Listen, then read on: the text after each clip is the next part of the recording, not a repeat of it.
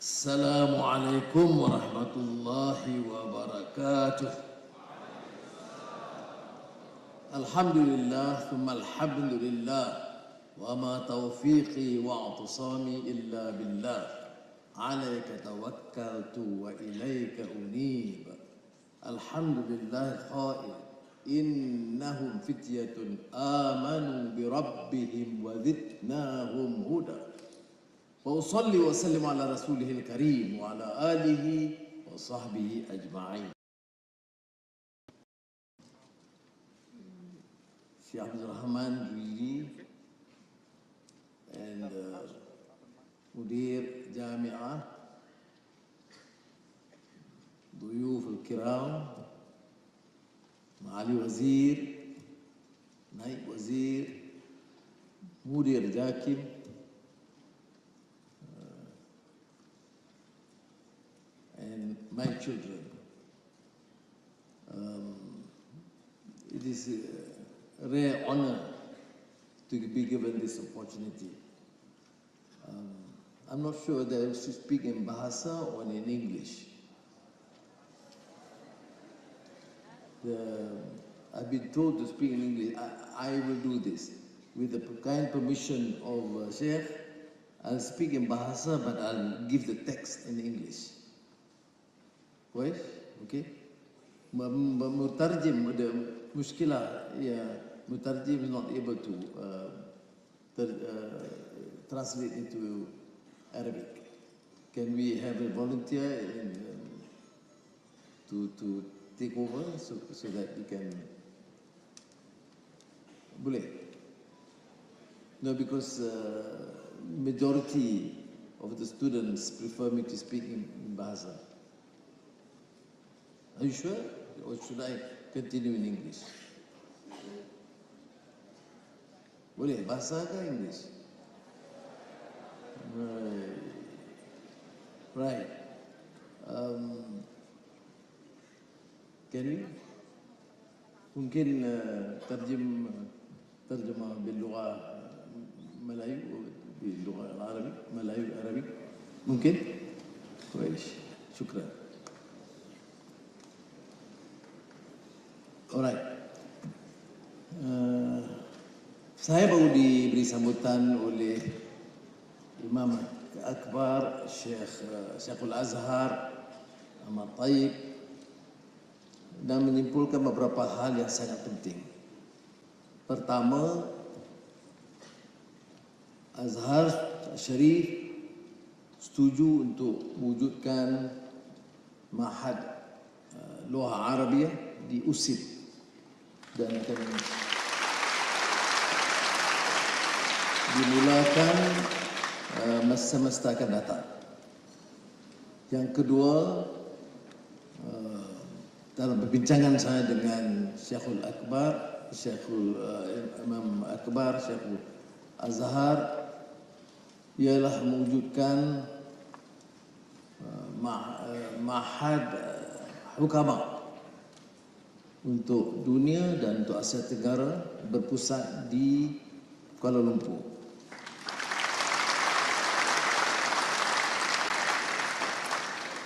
Yang ketiga, untuk menambah bantuan dan beasiswa kepada anak-anak Malaysia dalam bidang keilmuan Islam, bidang perubatan, kejuruteraan. Jadi bagi pihak kerajaan dan rakyat Malaysia, saya ucapkan jazakallah khairan kathiran kepada Syekhul Azhar Dr. Ahmad Muhammad Ahmad Taib. Dan terima kasih atas kesempatan dan undangan beliau pada hari ini dalam pertemuan sebentar tadi, dan juga kepada Rais Abdul Fattah Sisi yang mengundang saya lawatan rasmi dan mengadakan pertemuan pagi tadi dan tengah hari. Saya terlambat sedikit kerana dia beri makan yang enak, termasuk Ali. Dan dalam perbincangan dengan Rais Abdul Fattah Sisi ditekankan tentang peningkatan strategik hubungan Malaysia dan Mesir ke tahap yang lebih tinggi. Mawjud mutarjim? Belum. Yes. Oh yes. Belum. You have the mutarjim? Mawjud? Baik. Jadi dan kita akan bekerjasama. Kita telah mulakan kerjasama perlibatan Petronas di Mesir menyalurkan gas ke Mesir. Kita adakan proton dan pengeluaran proton sebelum akhir tahun ini.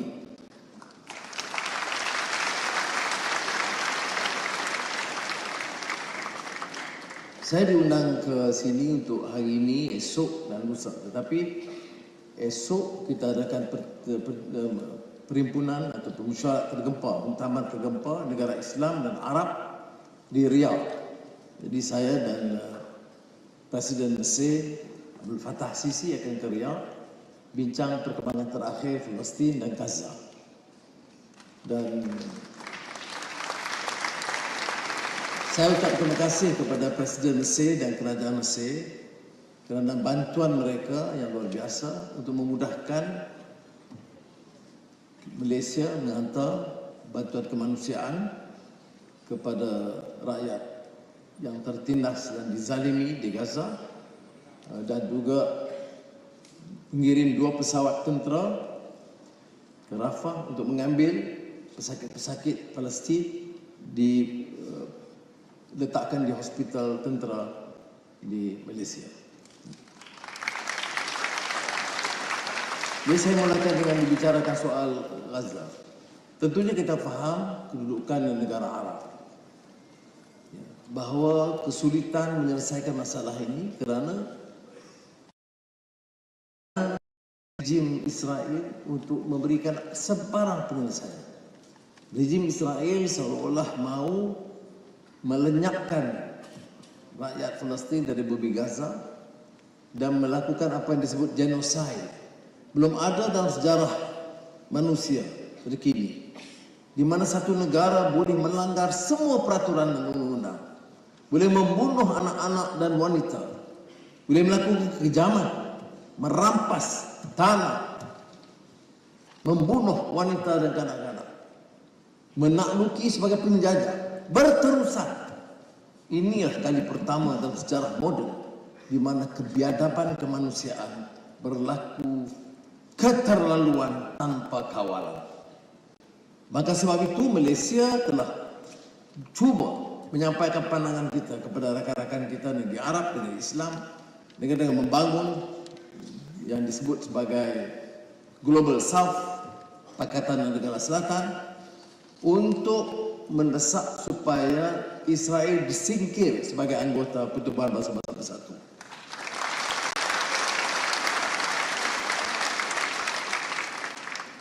Baik, maudhu kita tentang kedudukan peranan pendidikan dan masa depan umat.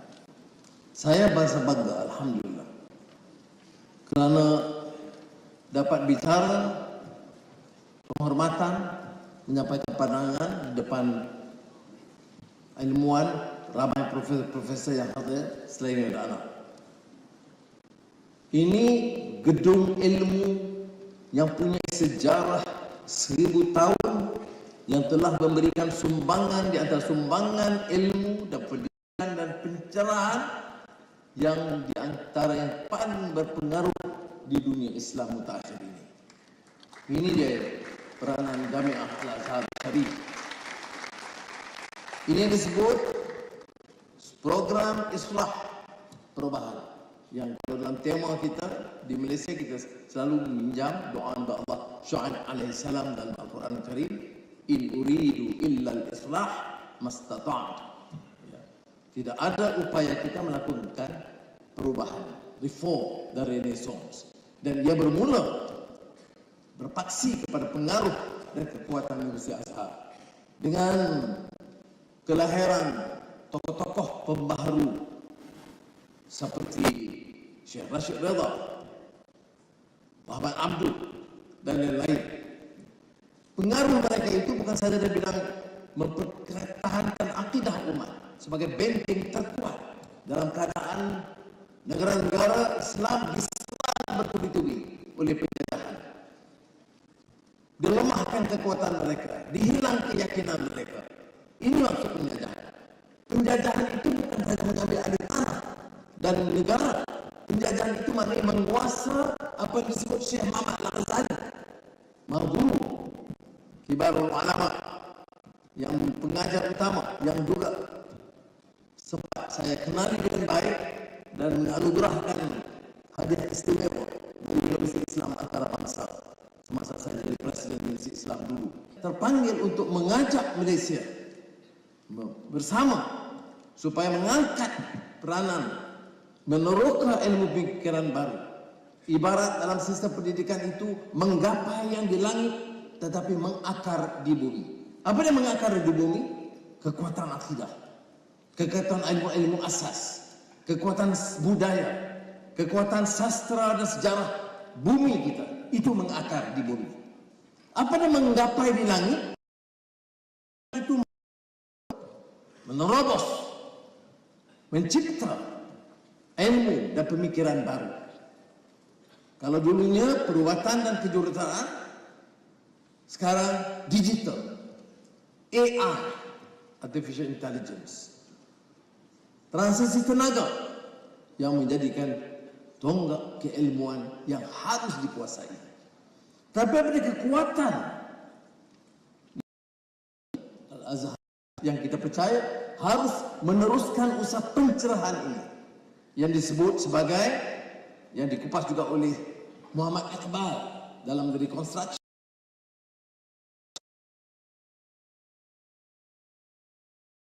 diterima sebagai taklid, tetapi dia menganjurkan juga tajdid dan islah.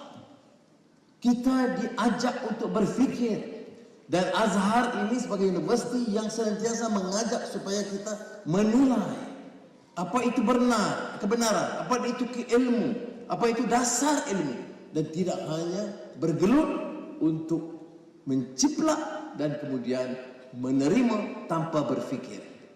Dan ini juga moto Universiti Al-Azhar.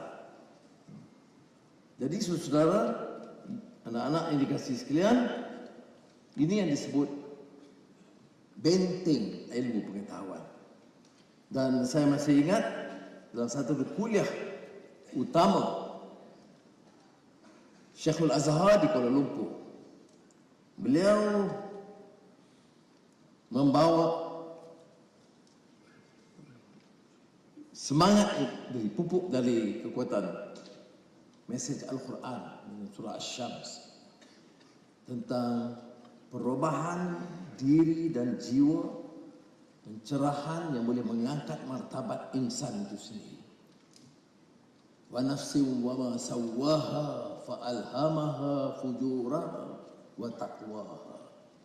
Qad aflaha man zakkaha wa qad khaba man dassaha.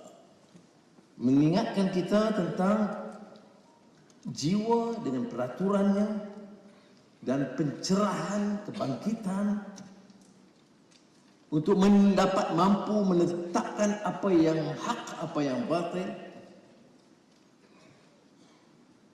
dan menanglah, bahagialah orang yang mencari kejernihan dan kejayaan. Qad aflaha man zakkaha, menyucikan, dan rusak dan celakalah bagi yang merusak dan memusnahkan. Waqad khaba man dassaha. Jadi kita lihat umpamanya dalam peranan kita sudah atasi satu babak, menolak, menangkis kekuatan penjajahan. Mesir sendiri tidak terasing dari penjajahan. Sesama Islam, kemudian Perancis, Inggris, dan semasa dijajah oleh Inggris, di antara penjajah dan pemikir yang mau membentuk pemikiran rakyat Mesir adalah Lord Cromer. Seperti mana di Kepulauan Melayu, Stamford Raffles. Di India, Pakistan, Bangladesh, Lord Macaulay. Apa persamaan di antara Macaulay dan Cromer dan Raffles di Kepulauan Melayu? Macaulay di India, Pakistan, Bangladesh, India masa itu, dan Cromer di Mesir. Semuanya mau membentuk manusia baru yang beda warna kulitnya, tetapi akan terpukau dengan pengaruh dan sistem barat yang menghakis kekuatan dan keyakinan pada diri. Sebab itu almarhum Malik bin Nabi, pemikir Algeria, menyatakan, kalau kita mau gerak perubahan, dia mesti gerak dengan kefahaman, dengan creative thinking, dengan keupayaan berfikir, menilai, berilmu, bukan hanya menciplak dan menghafal, tetapi menilai. Dan kata Malik bin Nabi, mesti terpancar dari dhamir dan hati nurani yang bersih. The struggle, the inner struggle of conscience. Saya tak tahu terjemahan dia macam mana masalah ni. Good luck. Inilah yang kita bangkitkan kemudian dalam isu maqasid syariah. Untuk para sarjana dan kibar ulama yang hadir, menarik perhatian saya. Saya pernah terlibat dalam Mahad Fikr bersama Syekh Taha Jabir Al-Alawani. Kita bincang sekali tentang bagaimana masa depan kita dalam bidang ilmu. Syekh Taha dah pernah dengar, dia kata kita kena tahu sejarah kita sendiri. Kita jangan terpisah dari akar umbi tadi. Kerana sekarang ini dunia nak mengejar, menggapai di langit, ilmu baru, teknologi baru, tetapi dia tertinggal landasan akar bumi. Maka Syekh Taha Jabir Al-Alawani menulis kepada Syekh Muhammad Al-Ghazali tentang permasalahan ini. Syekh Muhammad Al-Ghazali kemudian menjawab panjang, menyatakan masalah ilmu yang meninggalkan landasan, apa yang disebut sebagai legacy, turas. Maknanya kita mau jadi cerdik pandai ilmuwan Islam, ya, mendengar 1-2 tazkirah, belajar 1-2 kuliah, kita rasa kita sudah menguasai ilmu. Padahal turas itu, legacy kita tinggalkan. Menghukum sewenang-wenang, ya, menghina sewenang-wenang, menanam kebencian. Jadi yang disebut itijahat atau tren yang melampau kerana kedangkalan ilmu. Menghafal, mengamal, mengamal. Seperti mana pengalaman Khawarij. Mereka kuat menghafal, mengamal, tapi kurang kefahaman keadaan semasa dan pencerahan dan pemikiran yang waras dan pertimbangan kemanusiaan. Maknanya tidak ada kesemangat yang disebut karamah insaniyah itu. Tidak ada kasih sayang. Yang ada hanya hukum dan menanam kebencian. Jadi ini yang menyebabkan Syekh Muhammad Al-Ghazali dan seangkatan dia menyebut tentang keperluan menggali turas. Maka itulah yang menyebabkan pada ketika itu Ma'had Al-Fikr, International Institute of Islamic Thought, yang kebetulan saya terlibat juga secara kecil, menerbitkan semula karya-karya agung dalam maudhu' maqasid syariah. Semua belajar syariah. Matlamat syariah itu apa? Apa dia higher objectives of the syariah? Kalau ikut mereka hukum, fikih, tetapi tidak ada asas dan tidak ada matlamat, dan tidak ada bahawa matlamatnya harus keamanan, kestabilan, kemanusiaan, ihsan itu ditinggalkan. Ini sebabnya mengapa disebut tentang maka dibawa ke karya baru, karya lama diantaranya Mawafaqat oleh Syekh Syatibi ya, yang bicarakan soal maqasid, dan kemudian Muhammad Abu Zahra dan lain-lain. Dan tentunya dikupas oleh ramai yang lain termasuk Muhammad Al-Ghazali, Syekh Yusuf Al-Qaradawi dan lain-lain ulama Islam yang tersohor di dunia. Jadi saudara, ini asas dia sebelum kita terus ke bidang ilmu yang lain. Malaysia alhamdulillah hari ini merupakan di antara gedung atau hub terutama, di antara yang terutama di Asia Tenggara dari bidang semiconductor.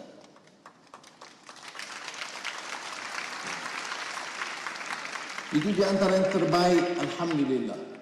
Dalam masa setahun ini umpamanya Infineon, syarikat Eropa semiconductor terbesar, itu pelaburannya 6 bilion euro, itu 15-20 bilion ringgit.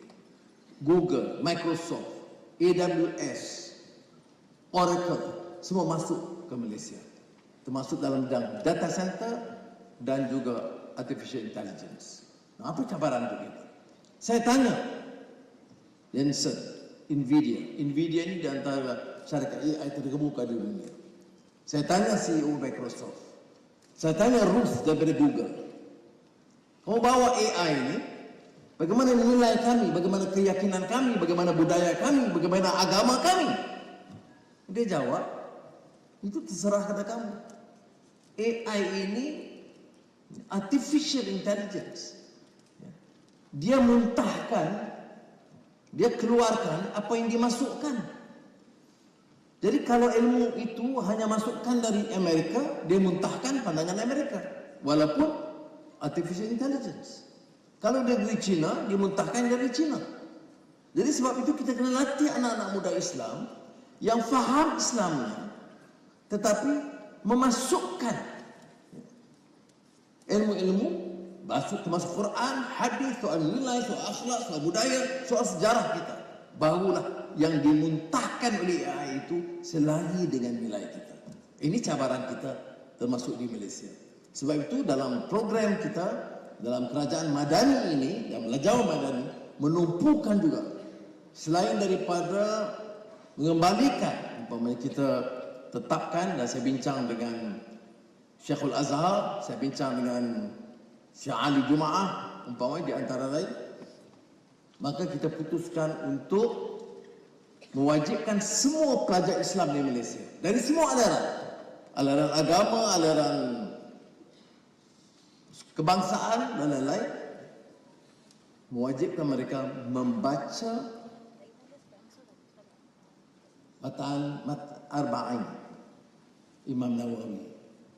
Maknanya 40 hadis itu dibaca dengan terjemahan dia dan takwil dan syarahnya.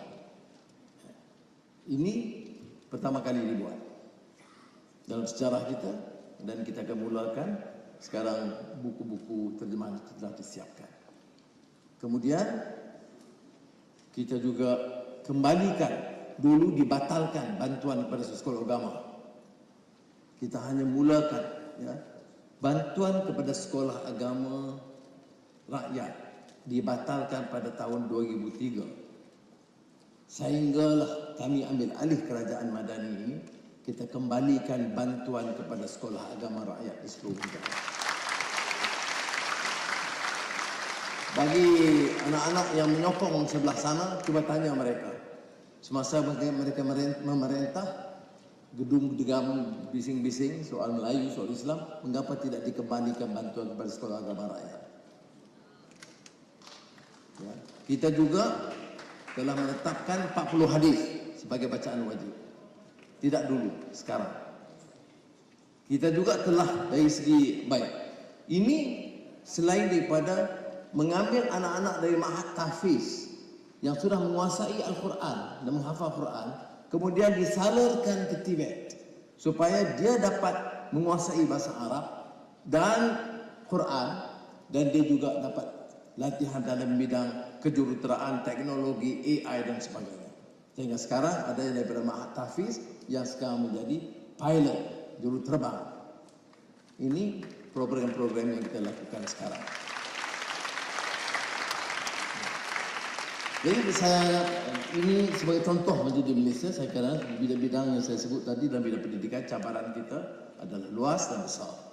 Jadi, tetapi soal ketegasan kita dalam hal-hal seperti mana ancaman keganasan Israel itu tegas. Saudara, Malaysia ini berdagang dan mengizinkan kapal perdagangan Israel berlabuh di Malaysia. Sehingga akhirnya setelah kami mengambil alih kerajaan Madani, sudah sebelum itu tahun 20, 21, 22 sudah tanya siapa perintah. Kalau bicara keras, penuh dengan kebencian, kuat menghukum orang, tetapi kamu izinkan kapal Israel Zim berlabuh di pelabuhan Malaysia. Kami pada tahun 2023 membatalkan dan tidak mengizinkan sebarang kapal Israel berlabuh di pelabuhan Malaysia. Ini kenapa? Kenapa, saudara? Kerana bukan saja ilmu, bukan saja ucapan dan kata-kata, tetapi bil amal. Karena kita yakin Islam ini tidak tertegak hanya dengan laungan dan slogan dan makiamun, tetapi istajibu lillahi walir rasul idza da'akum lima yuhyikum. Penghayatan. Jadi semoga Allah Ta'ala memberikan kekuatan kepada kita. Saya ucap terima kasih, jazakumullah khairan katsiran kepada Azhar. Assalamualaikum warahmatullahi wabarakatuh. Mungkin satu dua soalan sikit saja, kemudian kita sudah agak melanggar waktu. Kalau ada satu dua soalan yang mendesak, if there are questions, otherwise, okay, dah faham semua kan? Okay, baik anak-anak ya, terima kasih banyak. Saya akan terus ke Riyadh petang ini untuk mesyuarat khas mengenai Gaza esok. Mudah-mudahan dapat kita capai, negara Islam, negara Arab sepakat, dan kemudian kembali di sini sebentar. Kemudian ke Peru untuk mesyuarat APEC, Asia Pacific Economic Conference. Kemudian ke Brazil untuk mesyuarat G20. Wassalamualaikum warahmatullahi wabarakatuh.